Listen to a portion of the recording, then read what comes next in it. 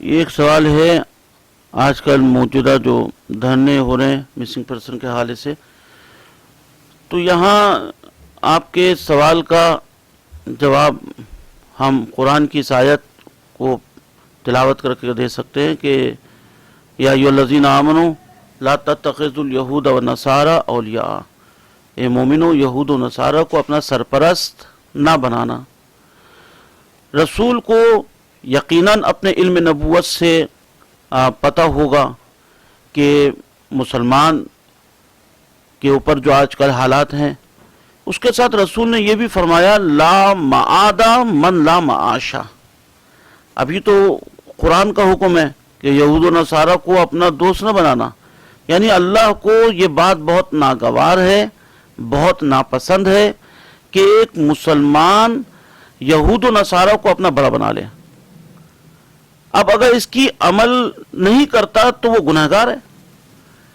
اب اس پہ عمل کرنے کا راز بھی رسول نے فرما دیا لا معاد من لا معاشا،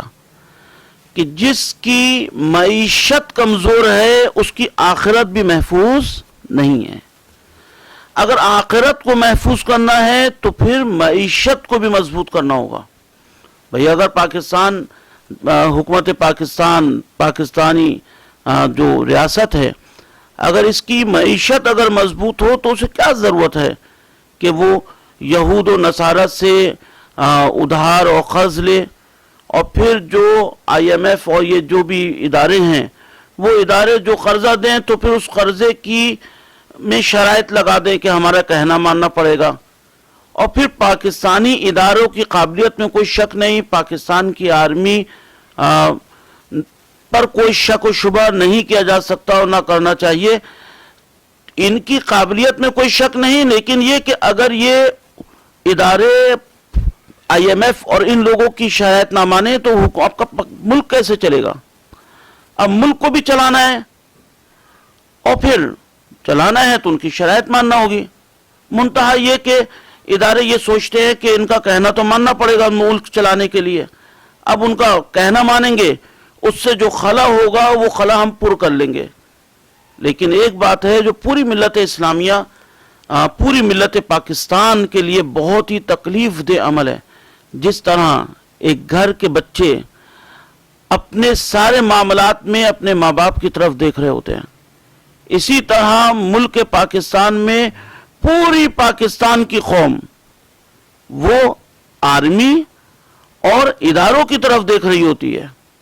کیونکہ سیاسی خدوخال تو مسلسل جب سے پاکستان بہرحال وہ اس قدر خدوخال ایسا ہے کہ نہ عوام پر توجہ دی جاتی ہے نہ ملک کی بہتری کے لیے، وہ جو معاملات ہیں سب کے سامنے۔ اب یہ ہے یہود و نصارہ کی سازش، یہ ہے یہود و نصارہ کو اپنا بڑا بنانا کہ ہماری معیشت کمزور، اگر معیشت مضبوط ہو جائے تو ہمیں IMF اور ان لوگوں سے قرضہ نہ لینا پڑے، اور جب قرضہ نہیں لیں گے تو پھر ان کی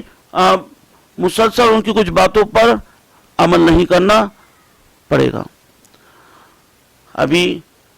یہ بہت افسوس کا مرحلہ ہے کہ لوگ یہ بات کریں کہ جو وہ حق بجانب ہیں کہ بھئی اگر ہمارے افراد اگر مجرم ہیں تو پھر ان کو کورٹ کے ذریعے مثلا سارے معاملات ہونے چاہیے، اور لیکن یہ بہت افسوس کی بات ہے کہ عوام ان اداروں پر انگلی اور سوال اٹھائیں کہ جو ادارے اگر نہ ہوتے تو یہ پاکستان کا اللہ ہی بہتر جانے کہ کیا حال ہوتا۔ لیکن ایک بات اور ہے کہ بڑوں کو بھی اپنا بڑا پن رکھنے کے لیے رحم اور انصاف پسندی اور بہت سے معاملات کو بھی مثلا دیکھنا ہوتا ہے۔ ویسے تو ادارے یا حکومت بیجا کسی کے ساتھ زیادتی نہ کرنا چاہیے اور نہ ان کو زیب دیتا ہے، لیکن ایسا سسٹم ضرور ہونا چاہیے کہ جس سے لوگوں کے دماغ میں سوالات پیدا نہ ہوں، اور اداروں کا حق ہے اگر کوئی بھی شخص کسی بھی رنگ و نسل، قوم، قبیلے، مسلک کا ہو، اگر مجرم ہے تو سزا ملنی چاہیے، لیکن شکوک و شبہات کی بنیاد پر ایک افراتفری کا ماحول ہو، عدم اعتماد کا ماحول ہو، یا بچے اپنے بڑوں کے سامنے آ کے کھڑے ہو جائیں، اس کی ہمت کر لیں، تو یہ بہرحال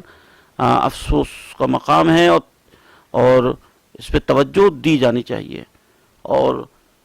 پاکستان میں الحمدللہ شیعہ مسلک ہو یا بریلوی ہو، دیوبندی ہو، اہل حدیث، مجموعی طور پر سب پرامن ہیں۔ یہ ضرورت سے زیادہ شبہات پیدا کرنا اور ایک خلا پیدا کرنا، یہ سامراج کی سازشیں ہیں کہ جو وہ ملک خداداد پاکستان کے لیے ملت مسلمان اور ملک خداداد پاکستان کو کمزور کرنے کے لیے کرتا ہے۔